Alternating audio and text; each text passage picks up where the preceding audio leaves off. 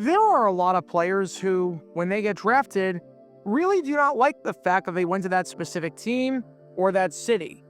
Maybe they wanted to play closer to their hometown, and they're on the opposite side of the country and have no one to be with them.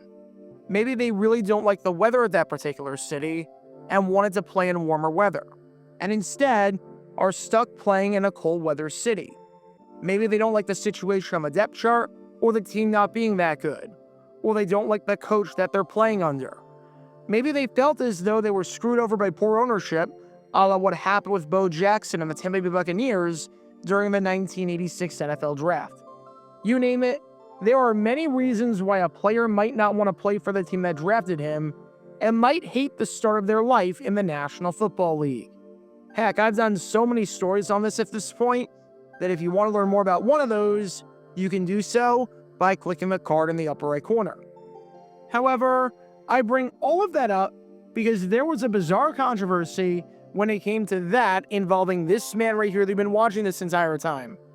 This man right here is Cleveland Browns defensive tackle Dan Footman.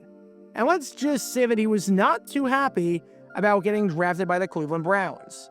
Sort of.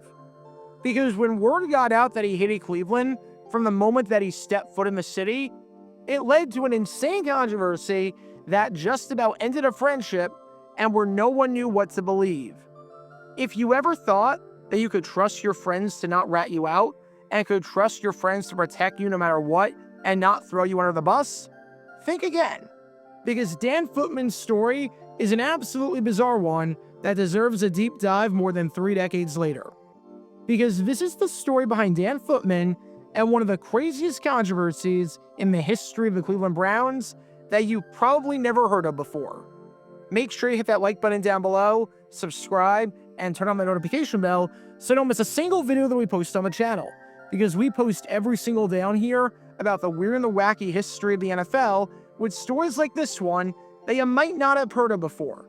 So if you like that sort of stuff, then this is the place for you. Thanks in advance for your support as we try and grow this community even more. And with that in mind, let's talk about the time that Dan Footman's foot got caught in his mouth. Sort of. It's complicated. Before I talk about the actual incident in question and just how strange it was, we need some context to understand why the Browns wanted to draft him in the first place and how he fit into the equation. The year is 1993, and entering the NFL draft, the Browns were looking to bolster up their defensive line. With 3 games to go in 1992, the Browns were 7-6 and were in position to potentially make it to the playoffs. They proceeded to lose their next 3 games to end with a disappointing 7-9 record. And a big reason why was because their defensive line faltered down the stretch against the run, allowing over 100 yards rushing in each of their final 3 games. Whereas the average team was allowing somewhere in the ballpark of 110 yards per game on the ground that season, the Browns, over their final 3 games, allowed over 121 yards per game. Not wanting a repeat of that, and wanting some more depth at the position, since they really didn't have anyone outside their 2 starters in Michael Dean Perry and James Jones, the Browns decided to take the Florida State defensive tackle in the 2nd round with pick number 42. Unfortunately for Cleveland, the defensive lineman taken literally right before Footman went was some no-name player who ended up doing nothing in the NFL by the name of Michael Strahan. But despite that, the Browns were happy that they got their man. And I should note that the Florida State defensive line absolutely feasted in that draft. It wasn't just Footman. Florida State finished the 1992 season as one of the best teams in the nation, going 11-1, finishing 2nd in the AP poll, winning the Orange Bowl, and never dropping outside the top 10 of the AP poll at any point during the season. Part of why FSU was so good that season was because of their dominant defensive line, as there's a reason that Florida State had one of the top defenses in the nation that year. In fact, it was so good that in the first 4 rounds of the draft, you had 4 front 7 guys from Florida State get drafted. There were only a handful of schools to have 4 players taken, period. Florida State had 4 guys go relatively high in the draft from the same position group, as alongside Dan Footman with pick number 42 to the Browns, you had Carl Simpson going 35th overall to Chicago, Reggie Freeman going 53rd overall to New Orleans, and Sterling Palmer going 101st overall to Washington. Why do I bring this up? Because this is where the trouble started. Sterling Palmer and Dan Footman knew each other pretty well. They were teammates on the defensive line, so you figure they had a good connection with each other. And when Palmer impressed in training camp, he sat down with reporters and had a very, shall we say, candid interview about his situation. You would think that this should be your generic interview where he talks about how great it is to be in the NFL, talks about having to earn his way onto the team, talks about what camp has been like and what it's been like to compete and adjust, and all of that fun stuff. Maybe he'd even talk about what it was like to slide to the 4th round when his other teammates went ahead of him. But during the interview, Palmer decided to throw some strees for no reason whatsoever. Palmer talked about the fact that, as a 4th round pick, he got less money than his teammates who went in the 2nd round. However, instead of saying that he felt that he was in a good situation and was happy for his guys, Palmer said on his teammates, they're hating life. They hate the whole city. It's dirty. Potholes all over the place. They say with the coaching staff, they're going through so much. I say, hey, you're making more than I am. Now, to be fair, maybe Palmer wasn't talking about the man you've been watching this whole time and wasn't talking about Dan Footman. There's a 1 in 3 shot, but there's a chance it's not Footman.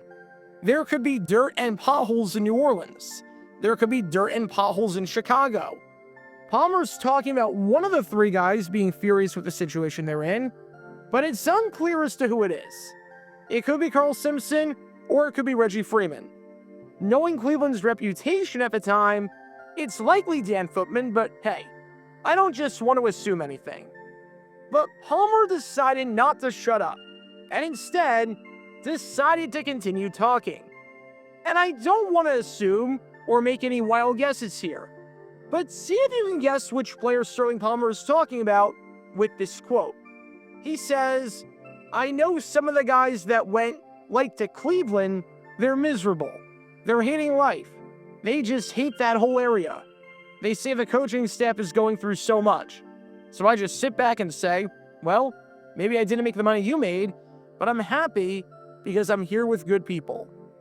And with that, I don't know about you, but I'm fairly confident that Palmer was talking about Dan Footman, seeing as Footman was the only player on the Browns. I love that Palmer didn't mention Footman by name here as to not rat him out, but made it very obvious that he was talking about him. It's like if I say that I met an NFL quarterback and he was really mean to me and spit in my face. And I don't want to say who it is, but it's a 3-time Super Bowl champion who's currently the starting quarterback on my Kansas City Chiefs. Really a hard hint there. Remember the Family Guy scene where Brian meets with Kermit the Frog and Kermit thinks he's being slick by concealing his identity? Safest if you never see my face. Kermit the Frog? Somebody talked! No one is safe! I'm getting out of here! Yeah! It's pretty much like that. Palmer never mentioned Footman by name, but not even Steve from Blue's Clues would have trouble putting this puzzle together. Keep in mind, at no point after getting drafted or during camp did Dan Footman say anything negative in public about the coaching staff or the city or anything like that. He was remaining professional with this situation and with the hand that was dealt to him. But here comes his friend, Sterling Palmer, deciding to reveal private conversations that he had with Footman and talk about how much he hated Cleveland and couldn't wait to get out of there and couldn't wait until Bill Belichick was fired. Which, on one hand, absolutely sucks for the man you've been watching this whole time in Dan Footman. Everyone has the right to vent about their feelings and frustrations to close ones. It's tough thinking that you can trust a friend and talk about things with them, only for that friend to air your grievances to the public and make it very obvious that you're the one they're talking about. Some kind of friend that person must be. On the other hand, the ultimate twist in this story would be if Dan Footman never actually said any of those things, and Sterling Palmer, for whatever insane reason, just made the entire story up and destroyed their friendship over absolutely nothing. Yep, That's exactly what happened. Because when Dan Footman was asked to talk about the comments made by Sterling Palmer, he looked at reporters as though the reporters had three heads. He had no idea what they were talking about. Because as it turned out, not only did Footman never voice any displeasure about Cleveland, the Browns, or his current situation, but he hadn't even talked with Palmer since minicamp. Keep in mind, the comments by Palmer were made in late July, and the first minicamp took place in mid-May. So it had been about 2.5 months since the two had really spoken with each other. So there was no possible way for Palmer to get those comments about Footman unless he just blatantly lied.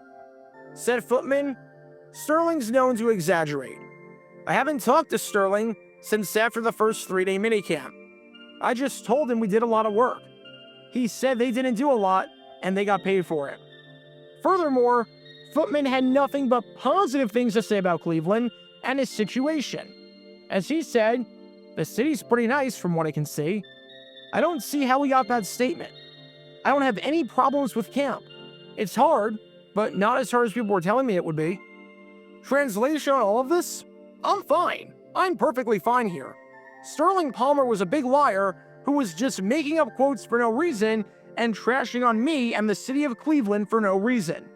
I haven't spoken to him in forever. I love my situation.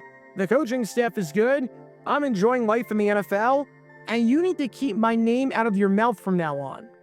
And yeah, seeing as Footman definitely had the better career in the NFL, playing in more games, playing more seasons, playing in the playoffs at one point with the Cleveland Browns in 1994, and even having a season with double-digit sacks with the Indianapolis Colts in 1997, being one of the few bright spots on that abysmal team, I'm going to say that Footman had the advantage here in a big way. Footman had as many sacks in 1997 as Sterling Palmer had in his entire NFL career, just for some comparison. And Palmer did not play in the NFL again after the 1996 season. And if Footman truly hated Cleveland, he had a really funny way of showing it, seeing as he stayed with the Browns and caused no issues from the time he got there until the time the team moved to Baltimore after the 1995 season. The easiest way for any friendship to sour and for any relationship to go haywire is to not only talk about your friend in a negative light to other people and go behind their back, especially in public, but to just make stuff up about that person and say things that could damage their career and reputation that are not even remotely true.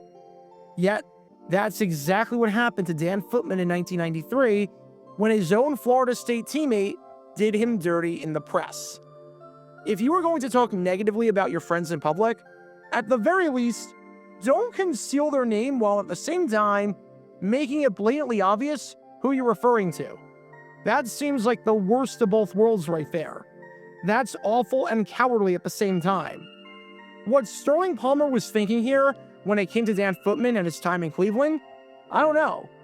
If it made him feel better about being taken 2 rounds later and making less money, even if he sacrificed his relationship with his former teammate and friend, good for him, I guess. But Dan Footman's career in Cleveland got off to a rocky start before the first game was even played, all because of a college teammate who decided to be stupid and run his mouth at the worst possible time. Because in 1993, contrary to Sterling Palmer's opinion, Dan Footman had no frowns with the Browns. Check out our live streaming schedule for the next few days. We're live every single day on this channel, whether we're covering a sporting event or playing GeoGuessr or just taking your requests. So make sure you like and subscribe and turn on the notification bell so you don't miss a single time that we go live and so that you can join this community. Also, thanks to all our members and our Patreon supporters who get exclusive perks like their name at the end of each video, members-only Q&A streams, and cool emojis to use on videos and during streams. See how you can join this community and become a member or a Patreon member by clicking the link in the description below.